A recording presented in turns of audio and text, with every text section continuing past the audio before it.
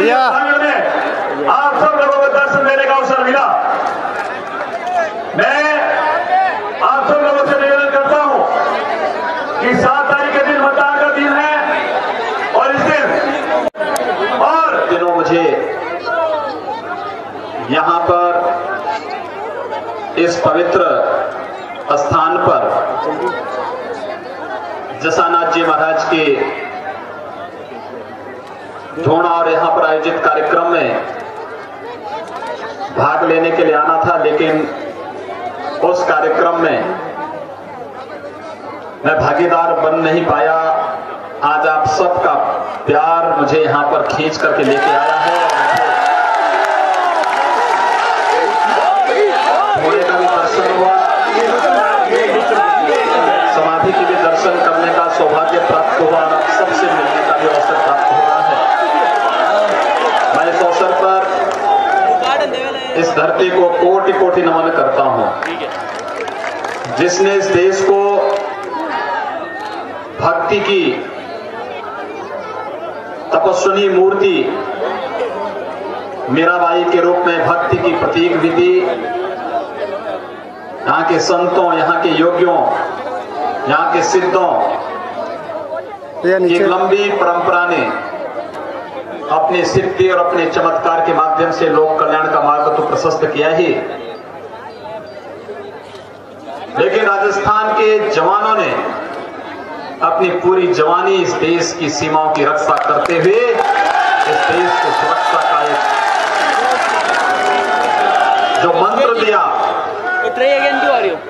आज भी राजस्थान के प्रति इस देश का हर नागरिक उसी श्रद्धा भाव के साथ नतमस्तक होता हुआ दिखाई देता है। मित्रों, जब हम राजस्थान विधानसभा का चुनाव में आप सबसे अपील करने के लिए आए हैं, उसके पीछे भी एक ही भाव है कि हमारे संतों, हमारे योगियों, हमारे सिद्धों, भारत की उस तेजस्वी ओजस्वी परंपरा जिसका प्रतीक राजस्थान रहा है, यह परंपरा अनवरत रूप से आने वाली पीढ़ी के लिए भी इसी प्रकार से उज्जवल रहे, मंगलमय रहे, इसको बनाए रखने की जिम्मेदारी लोकतंत्र में जनता के पास होती है। जैसा जनप्रतिनिधि चुनेंगे वैसी होगी सरकार, और जैसी आप सरकार चुनेंगे उस सरकार के द्वारा वैसे ही होंगे कार्य। आज की स्थिति है क्या?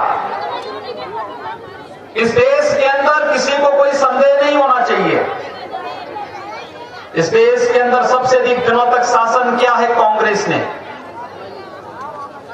राजस्थान में भी सबसे अधिक दिनों तक शासन किया है कांग्रेस ने, लेकिन कांग्रेस के 50-55 वर्षों के शासन के कार्य में इस देश के जो 4 हिंदी बाहुल्य राज्य थे,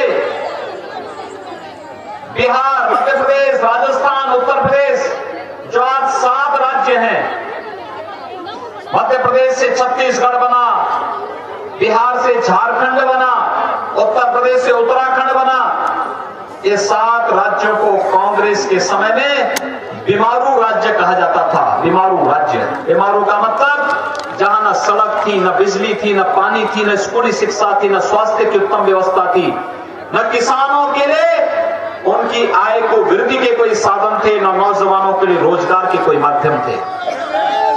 यानी कांग्रेस जैसे स्वयं इस देश के समृद्धि के प्रतीक इन महत्वपूर्ण राज्यों को बीमारू कर चुकी थी, आज ईश्वर की ऐसी कुदृष्टि कांग्रेस पर लगी कि कांग्रेस स्वयं बीमार हो गई है। और कांग्रेस को इस बीमार कांग्रेस से मुक्ति पाना अब देश के हित में होगा।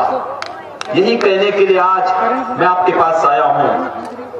कांग्रेस ने इस देश को आतंकवाद दिया, कांग्रेस ने नक्सलवाद दिया, कांग्रेस ने भ्रष्टाचार दिया और कांग्रेस ने अराजकता दी, कांग्रेस ने जातिवाद के आधार पर देश को सामाजिक ताने बाने को छिन्न भिन्न करने का भी पाप किया। और अगर मैं कहूं कि कांग्रेस इस देश के अंदर के पाप की नाजायज उपज है आतंकवाद, नक्सलवाद और भ्रष्टाचार। आपको इसमें कोई संदेह नहीं होना चाहिए, क्योंकि कांग्रेस इस अराजकता की जड़ रही है, उसकी नीतियां इस अराजकता की जड़ रही हैं। वहां न कोई नेतृत्व है, वहां न कोई नीति है, न कार्य करने की कोई नेक नियति ही है, वे करना भी नहीं चाहते। देश के हित में कांग्रेस से सोचना आज के दिन पर बेकार है, बकवास है, और इसलिए जब उम्मीद ही न हो तो उसका समर्थन भी नहीं करना चाहिए। जहां उम्मीदें समाप्त हो चुकी हैं, अगर आप नेतृत्व के स्तर पर भी देखेंगे, भारतीय जनता पार्टी के पास देश और दुनिया का सबसे तेजस्वी, सबसे ओजस्वी नेतृत्व आदरणीय नरेंद्र मोदी जी के रूप में है, लेकिन कांग्रेस के पास तो राहुल गांधी पर कांग्रेस के नेता विश्वास नहीं करते। और तो और कांग्रेस के एक नेता मुझे आज मिले थे, वो कहने लगे, उन्होंने बताया मुझे, कहा कि हमारे यहाँ राहुल गांधी का कोई कार्यक्रम नहीं लेना चाहता। मैंने कहा क्यों? क्योंकि उसने कहा जहां राहुल गांधी जाएंगे वहां तय है कि वहां कांग्रेस को हार तय हो जाती है। जब कांग्रेस की हार तय करने की जिम्मेदारी राहुल गांधी ने ले ली है, तो आज मैं सुबह देख रहा था एक अखबार में, एक नौजवान इंजीनियरिंग पढ़ने के लिए गया, 17 बार फेल हो गया। 18वीं बार उसको कॉलेज ने कह दिया कि भाई तुम्हें प्रवेश नहीं देंगे, तो वह कोर्ट गया।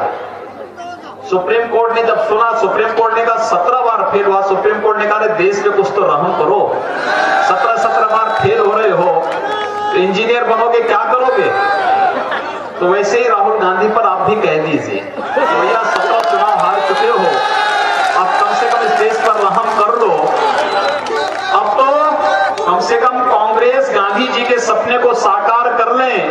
जब गांधी जी ने कहा था कि कांग्रेस मुक्त भारत चाहिए, और कांग्रेस मुक्त भारत 2014 में आप किए हैं, तो 2018 के इस विधानसभा चुनाव में भी उसी प्रक्रिया को आगे बढ़ाने की आवश्यकता है।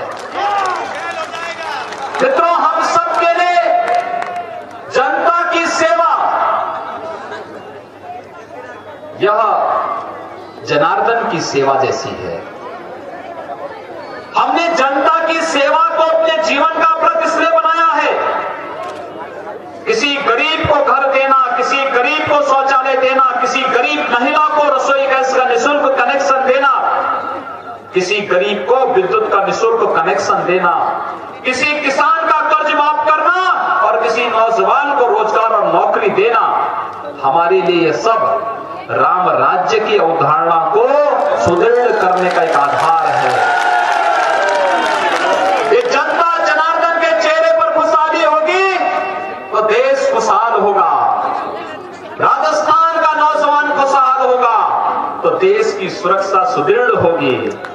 यह भाव लेकर के हम लोग कार्य कर रहे हैं, और ये कारण है कि जब मोदी जी प्रधानमंत्री बने, 32 करोड़ गरीबों के बैंक में खाते खोले गए। कांग्रेस के समय क्यों नहीं खुले थे? 8 करोड़ गरीब महिलाओं को निःशुल्क रसोई गैस के कनेक्शन दिए गए। कांग्रेस के समय ये काम क्यों नहीं हो पाया? हर गरीब को 3 लाख का भामाशाह स्वास्थ्य बीमा की योजना भारतीय जनता पार्टी की श्रीमती वसुंधरा राजे की सरकार ने गारंटी।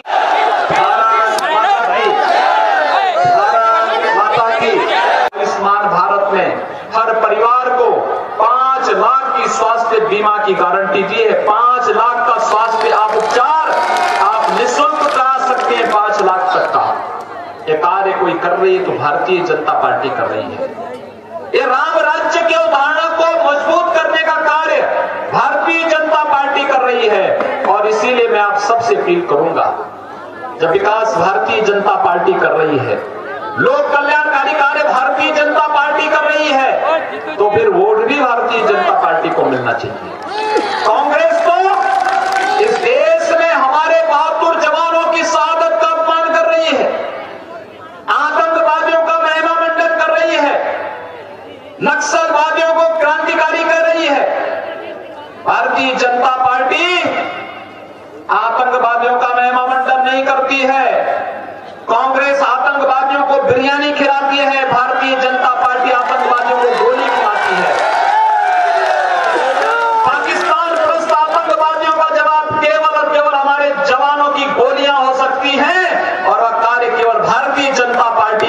करती है, भारतीय जनता पार्टी ने करके दिखाया है।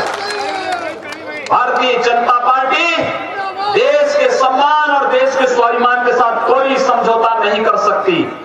और इसीलिए आज मैं आप सबके लिए कहने के लिए आया हूं कि मित्रों, हम सब बजरंग बली पर विश्वास करते हैं। राम भक्त बजरंग बली है और इसलिए हम सबका संकल्प भी बजरंग बली का संकल्प होना चाहिए। जब वे लंका में जा रहे थे तो बीच में मेनाक पर्वत उठता है। हनुमान जी से कहते हैं कि कुछ देर विश्राम कर लो, आप थक गए होंगे।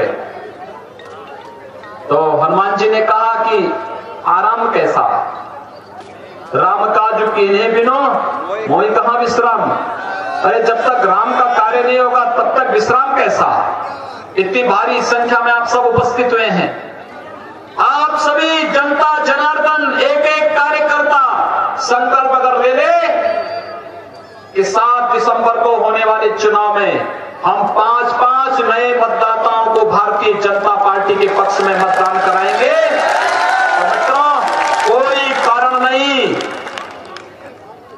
कि इस विधानसभा सीट पर भारतीय जनता पार्टी के प्रत्याशी से अविनाश गहलोत भारी मतों से चुनाव जीतेंगे और कांग्रेस समेत सभी दलों के प्रत्याशियों की जमानतें होंगी जब्त।